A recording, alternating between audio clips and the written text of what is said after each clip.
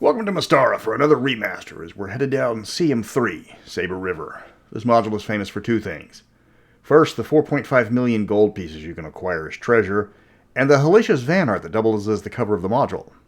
Look at that and tell me you wouldn't be proud sporting that on the side of your Nerdmobile. Other than that, this is a module firmly on rails where you go from one dungeon to the next by sailing down a river. Or walking down the river, you can't actually sail it. I'm Mr. Welch, and take me to the river. Drop me in the water. Sabre River is the third module in the companion series, as the code would indicate, released in 1984 and written by Douglas Niles and Bruce Nesmith, no strangers to this channel. Keith Parkinson did the epic cover art, and unlike the equally epic art of Death's Ride, you can actually encounter this dragon in the module. This is part of the Test of the Warlord series, as you're expected to have played that module or be playing it when this one happens. Epic is an excellent word to describe this adventure. Everything is scaled up. The monsters, the treasures, the encounters are not for the faint of heart. There are two types of people in Sabre River. Those who run away in fear because it's too hard, and the ones that spray paint their mouths silver and demand to be witnessed. Be the latter. As this is an almost 40-year-old module and this review is mainly for DMs, there will be spoilers. Most people remember the absurd amount of treasure you get from Sabre River. Some of it's not easy to find. You must get lucky, metagame the adventure, or almost strip mine every encounter to find all of it. Character options from other source books like the Crucibles or the Gazetteers will help. In my campaign, one player was a merchant prince, and the spells were able to locate the enormous amount of hidden gold. But remember, coins have weight. Finding the millions of gold pieces isn't hard. Getting them back to civilization is. Have fun crashing your domain's economy. Monsters are the other thing this module has in abundance rather than just treasure. The big ones. People have long complained that high-level modules didn't have much of a challenge in terms of combat. And Sabre River seems to have taken this personally. Here's a list of the monsters in this adventure that aren't randomly spawned that will threaten the party. A Medusa, Basilisk, Black Dragon, Red Dragon, 5 smaller Red Dragons, a Gargantuan Gargoyle, a Gargantuan Fire Elemental, a Revenant, 3 Poltergeists, 38 Saberclaws, a Beholder, 9 Rocks, 6 Bronze Golems, 4 Gorgons, 300 Carrion Crawlers, no I didn't stutter, 18 Water Elementals with a Leader, and a Dragon Turtle. You're going to earn every copper piece in this book. The concept of the module is the Sabre River, which runs through your domain and is not marked on any maps, has turned poisonous and you have to stop it. This is explained to the characters when a small child named Cutter arrives at their keep and gives them the information. Then a giant bloody skull appears and gives an ominous prophecy, and the party gets told to go to the seer, who can explain it. Since this is a CM1 related module, all the parties have their domains, so pick which character is on Sabre River and time Cutter's arrival for when the band's all back together. The water in the river is indeed poisonous, but the effects depend on the phase of the moon. Drinking the water can cause death, madness, or magical sleep. It has affected many of the animals who do not know that drinking from the river is a bad idea. The insane will always try to attack or sabotage those not driven mad by the river. On the way to Cutter's village to talk to the seer, they get involved with a series of dream combats sent to them by the hags from Test of the Immortals, but the players have no way of knowing this at first. The hags later give out more clues, but other than serving up hints in later encounters, they don't do anything in the module. At least they aren't throwing Mystara lore on its ear by pointing out that Thyattis City is secretly El Dorado or something similar this time. You arrive at the village to find the entire settlement under control of the river's effects, and that Cutter's adoptive parents have been murdered. 40 normal humans then set upon the party with knives who wish to subdue a group of 20-plus level characters and force them to drink the water. This is a lesson in restraint. The wizard could probably solo the entire village using nothing but brass knuckles, but the villagers are obviously magically controlled. Plus, slaughtering your subjects makes for awkward questions at Thursday's next town hall meeting.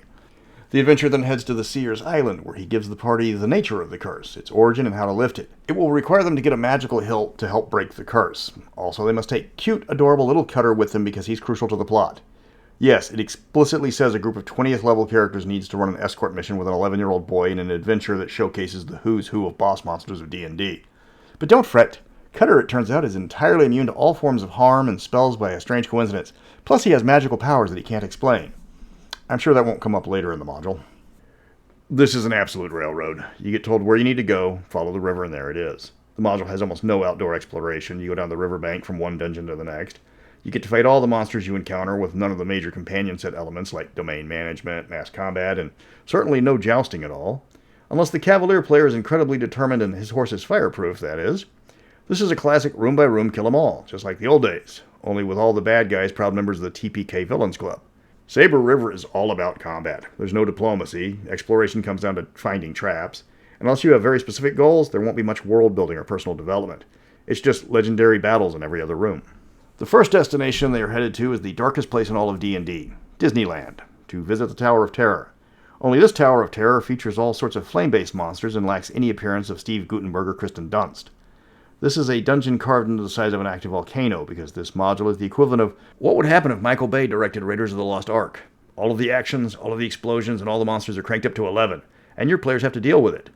If your players need ambience for Sabre River, I recommend 80s thrash metal.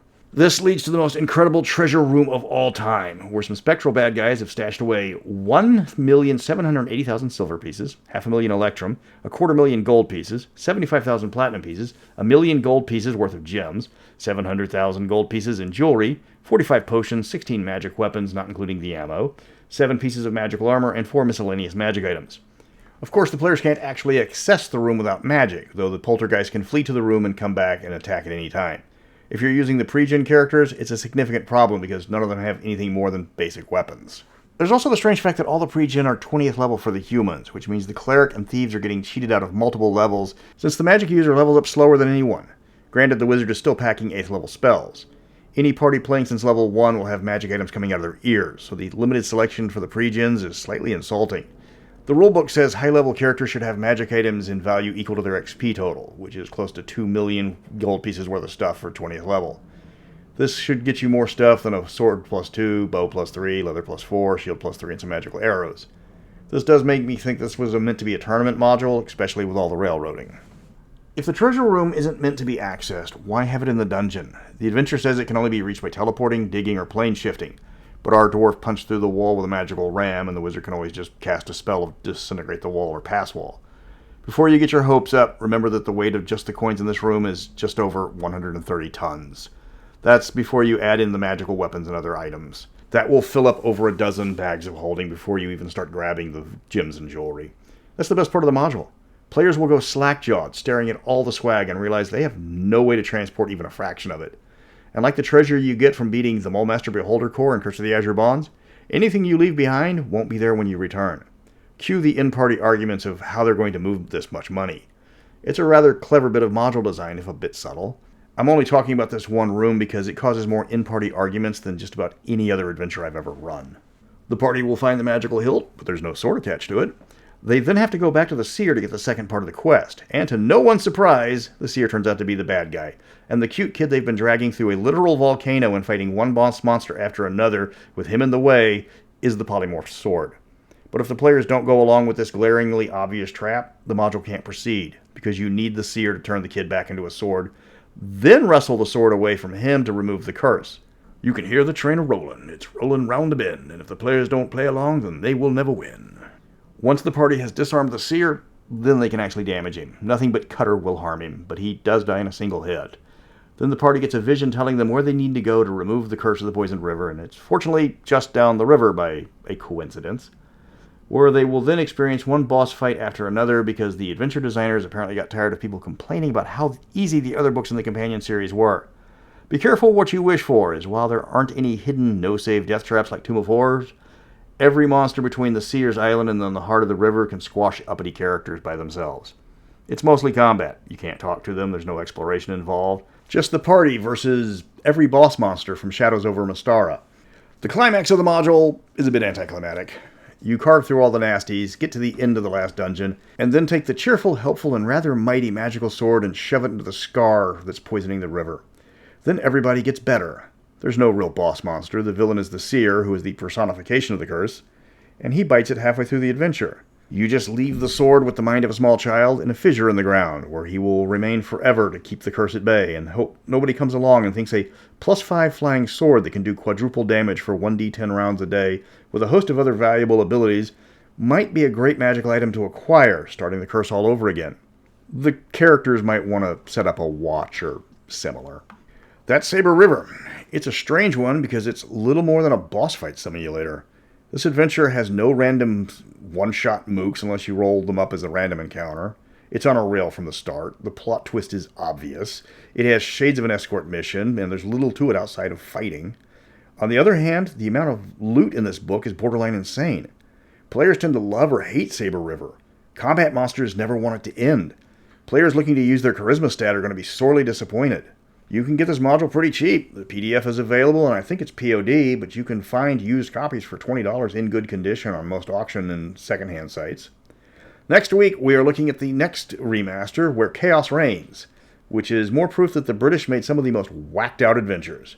But until then, remember, it's not the money, it's the stuff.